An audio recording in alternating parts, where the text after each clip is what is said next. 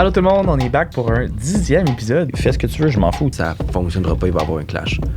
Je veux bien faire de la coke, Je comprends que c'est ce que tu veux, mais c'est pas ce que t'as besoin, genre. mais moi, je vais jamais l'écouter à 100%. Donc, je casse la glace. Ptch. Non. OK. Hey, tu vois, j'ai même plus le goût. Ouais. Cool, genre. J'ai aucune esti de structure, je mange n'importe quoi. Go with the flow. Cool. J'ai besoin de te tester sur le terrain, comme à l'armée. C'est bien trop difficile, je Ouais. voulais pas ça. Et on se voit la semaine prochaine pour le prochain épisode. Ciao. Allô tout le monde, on est back pour un 10e épisode. Ça, c'est un jalon, un milestone en anglais. Aujourd'hui, on va parler des différentes approches, plus niveau alimentaire, comment on peut s'adapter à certains individus, certains besoins. Donc, on va commencer avec toi, Marc, comme d'habitude. OK, cool. Casse la glace. Parfait. Donc, je casse la glace. Ptch. Non. OK. C'est à ce moment-là que les deux, on se lève puis on part. Bon, pour commencer, à la base, on va dire, au niveau des différentes approches, c'est super important de prendre en considération où est-ce que ton client ou ta cliente se trouve pour la première des choses. Parce que c'est sûr que si tu viens mettre une approche qui est faite, on va dire, style bodybuilding, la personne veut faire de la compétition, puis tu lui donnes une approche à l'opposé, ça fonctionnera pas, il va y avoir un clash. Fait que déjà là, ça prend en compte. Qu'est-ce que ton client veut? Où est-ce qu'il est rendu dans ce processus-là et tout. Ça, c'est la première des choses. Par la suite, après, il y a plusieurs façons, dépendamment de ses préférences, qu'est-ce qu'il recherche, quoi que ce soit. S'il veut quelque chose qui est plus restrictif, qui est plus, on va dire, structuré, ou à l'inverse, s'il veut quelque chose qui est un peu moins structuré, un peu plus flexible, et tout, dépendamment, il est où là-dedans. Fait que je pourrais commencer un peu plus là-dedans, mais je vais vous laisser donner des idées. Comme ça va pouvoir vous faire interagir avec ça. Cool. Ben, dans ce que tu as dit, je trouve que c'est intéressant de dire, OK, mais où c'est que la personne, mettons, veut se rendre, genre? Mais je pense que c'est notre rôle beaucoup en tant que coach de savoir où c'est qu'elle est rendue. Ouais.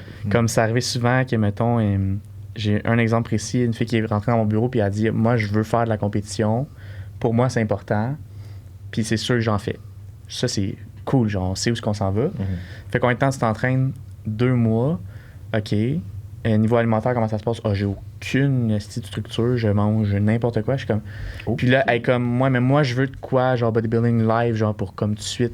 Elle n'est pas rendue là. Mais comme, t'es pas rendu là. Puis c'est ta job. Puis c'est dur un peu en tant que coach. Là. C'est un peu comme dire à ton enfant non, genre.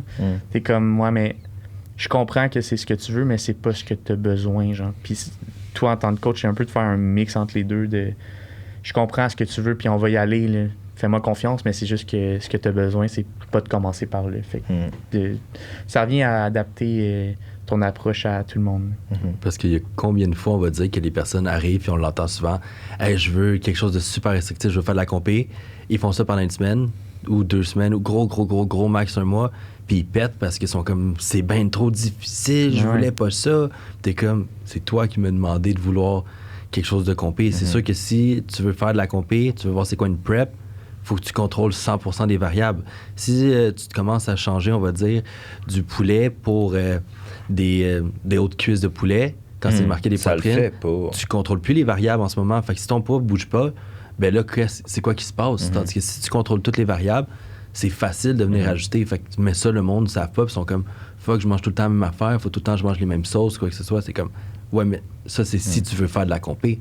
Si tu veux pas en faire, tu as l'opportunité de manger ce que tu veux. Aussi, là. Je pense que ça dépend aussi quel genre de coach que tu es aussi. Probablement que cette personne-là, elle va voir un autre coach, elle va être capable d'avoir de trouver quelqu'un qui veut faire genre de quoi de full strict puis d'avoir une transformation incroyable en 4 semaines. Mais à quel prix? Ben, à quel prix de 1? Puis nous, ben c'est juste pas notre mentalité. On veut inculquer des connaissances, on veut amener des transformations qui vont être bonnes à long terme. Parce que probablement que cette personne-là, ben, justement, en 4 semaines, elle a perdu 20 livres. Félicitations, mais ta voix dans 2 mois, elle est rendue à plus 90 livres. Elle est plus grosse qu'elle était avant. C'est comme cool, genre. Le coach, en même temps, il peut être content parce que lui, il a une transformation à mettre sur les réseaux sociaux. Puis là, il attraque d'autres mondes de même. Mais genre, tu sais, je pense que... Puis là, je vais prêcher pour ma paroisse, mais je pense que nous, chez Summit, c'est ça qu'on est bon à faire, c'est qu'on a des bonnes valeurs, puis que justement, on est conscient qu'on va pas être avec la personne pour le restant de ses jours, puis on va pas l'encadrer, être là en arrière d'elle, puis dire mange telle affaire. On veut inculquer des bons choix alimentaires, des bonnes habitudes de vie pour qu'après ça, elle soit capable de maintenir ça à long terme, puis de juste se sentir mieux pour le restant de ses jours. Genre. C'est juste qu'à un moment donné, tu sais, c'est comme on a dit, j'apporte une fille en compé présentement. La fille, elle fait tout ce qu'il faut. Mais si je vois que ça marche plus, on le fera pas. Puis c'est la seule des manières, comme on a dit tantôt, qui ne peut pas être jouée d'un bord ou de l'autre. C'est que si les variables vont rester des variables ou vont changer par rapport à ce que le corps donne. Mais quand quelqu'un vient nous voir et dit « Moi, je veux ça », c'est que la personne croit savoir ce qui est meilleur pour lui ou pour elle d'une manière ou d'un point de vue interne.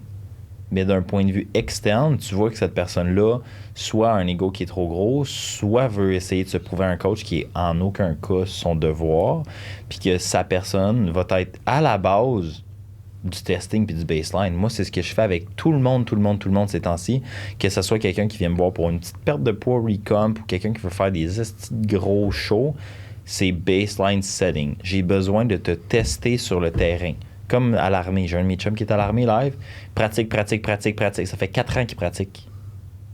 Fait que c'est la même chose. Moi, je te demande de pratiquer un mois ou deux. Si t'es pas capable de tenir des check-in, des petites diètes, puis 2-3 suppléments, puis me donner genre un peu de feedback quand t'as besoin, oublie ça. Ça va pas se rendre. Fait que déjà là, on vient de couper la partie de la paille qui est plus bonne, puis tu focuses sur ce qui fonctionne à la base. Parce que c'est pas vrai qu'un client va me dire comment fonctionner de A à Z. Il va me donner des tendances sur qu'est-ce qu'il croit qui est meilleur pour lui, qu'est-ce qui est restrictible, qu'est-ce qui est faisable pour lui ou pour elle. Mais moi, je vais jamais l'écouter à 100%. Je vais tout le temps y ajouter un peu mon grain de sel, à moins que la personne vienne me voir pour avoir une diète. Puis qui est là, on fait pas vraiment ça. Comme on a dit, on travaille sur l'enseignement. Puis c'est quelque chose qui est important au niveau de l'approche, c'est que chacune des approches doit être dosée au niveau de résultats nécessaires. Si quelqu'un veut avoir des résultats, puis tu dis que ben, tu es au niveau à 50%, puis elle veut avoir des résultats, puis on va l'apporter à 60%, bien notre approche va être à 60% ou un petit peu plus. Mais jamais en dessous de ça, parce que sinon, ben, si tu fais moins que tu faisais, tu vas avoir moins que tu veux. Tu comprends? Puis c'est important aussi des fois d'être capable de s'adapter face à ça. Comme je vais te donner un exemple, j'avais une cliente au début qui avait une structure alimentaire, puis ça fonctionnait super bien au début, puis qu'il y a eu des situations dans sa vie qui sont arrivées, puis ça a juste comme tout fuck up, là.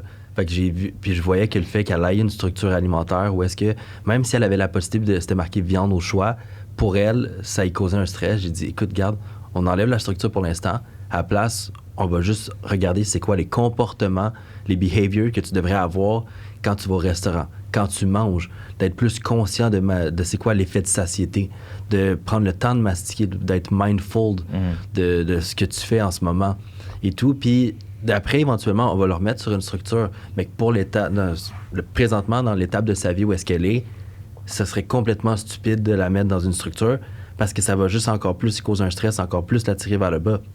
Fait que c'est d'être capable de s'ajuster par rapport à ça. Puis comme vous avez dit, on fait pas de diète avec Summit parce que on croit beaucoup plus au changement, au long-lasting change que tu es capable d'avoir avec, on va dire, les connaissances que tu vas être capable d'acquérir, que la personne va acquérir.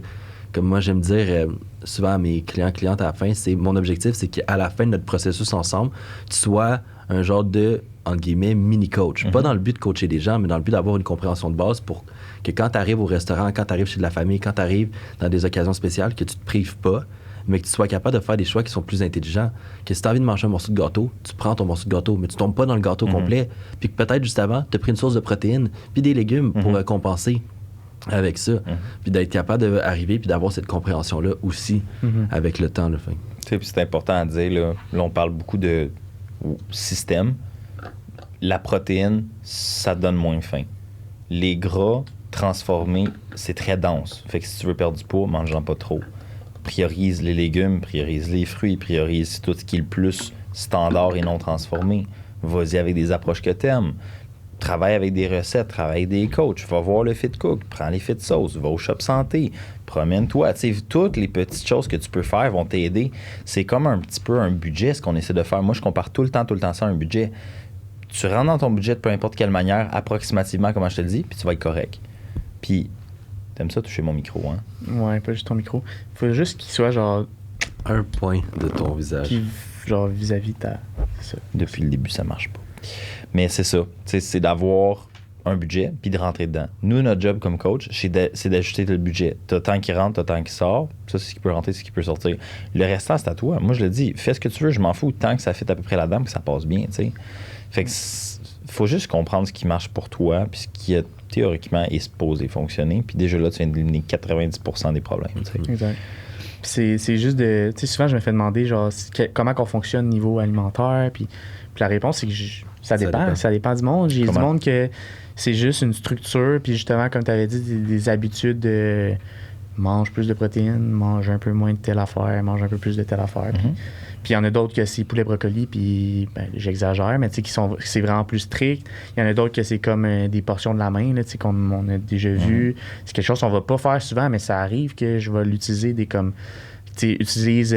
mange une pomme de main de protéines par repas avec 1 point de glucides, puis 1 pouce de lipides, genre. Fait que ça donne une certaine structure juste pour savoir dans ton assiette à peu près de quoi ça devrait avoir l'air en termes de pourcentage de macronutriments. Fait que c'est ça, c'est juste on s'adapte à tout le monde, puis c'est ça qu'il faut à long terme, tu peux évoluer puis avoir, comme si je peux faire un lien avec l'épisode d'avant, de surcharge progressive, de tranquillement, pas vite, te rendre vers où ce que tu veux te rendre. Puis c'est important aussi, comme tu as dit, mais également, par exemple, plus que tu as cette compréhension-là, plus qu'éventuellement, à un moment donné, tu vas être capable d'avoir le intuitive eating, dans un sens que tu peux pas vouloir, quand tu n'as aucune compréhension de c'est quoi ton effet de satiété, c'est quoi des protéines, c'est quoi des glucides, c'est quoi des lipides, c'est quoi les effets de l'alcool sur ton corps dans les grandes lignes, vouloir manger intuitivement, ça marchera pas. C'est impossible, tu vas finir par trop manger de pâtes, trop manger de pain. Pas que ces aliments-là sont mauvais, mais qui sont plus denses en calories. Puis qu'après, on va dire, c'est pas rare qu'on entend qu'on rentre, les clientes rentrent dans nos bureaux, ben c'est je mange des pâtes, mais c'est comme tu manges des pâtes avec quoi? De la sauce puis des pâtes. OK, est-ce que tu te reprends une deuxième assiette? Ouais, puis j'ai encore faim après. Veux-tu essayer, dans le fond, de manger des pâtes la prochaine fois avec un peu de protéines de ton choix, tes légumes de ton choix? Automatiquement, ils sont comme, ben c'est bien trop de nourriture, j'arrive pas à la manger. T'es comme, c'est ça. C'est ça la différence, puis c'est d'être capable qu'eux-mêmes fassent ce lien-là. Il y a des aliments, quand je mange, peu importe c'est quoi la quantité, je vais avoir encore faim après. Puis il y a d'autres aliments que finalement, j'en ai pas tant mangé, puis j'ai plus faim, puis j'ai pas envie de remanger ou j'ai pas de craving plus tard. C'est ça aussi d'être capable d'avoir cette compréhension-là là-dedans pour être éventuellement capable, on va dire, de manger, entre guillemets, intuitivement, si c'est ça l'objectif de la personne. Moi, ce que j'adore faire ces temps-ci, c'est déconstruire les compréhensions sociales du monde. Que dire que déjeuner, c'est supposé être des toasts au beurre des peanuts. Dîner, c'est supposé être les restants. Puis souper, c'est supposé être des pâtes. C'est comme ça a été instigé par plein de whatever, je tomberai pas là-dedans. Mais c'est pas parce que théoriquement, t'es supposé être ça que tu dois faire ça. Puis il faut pas que tu t'arrêtes à ce qui est le plus facile, le plus simple. Oui, il faut que ça soit facile, il faut que ça soit simple. Mais il faut que ça soit aussi bon pour toi. Puis généralement, ces choses-là ne sont pas bonnes pour toi. Mais il faut que tu aies une prise de conscience puis que tu comprennes mon corps a besoin de ça. Peut-être que moi, mon cerveau me dit je veux ça.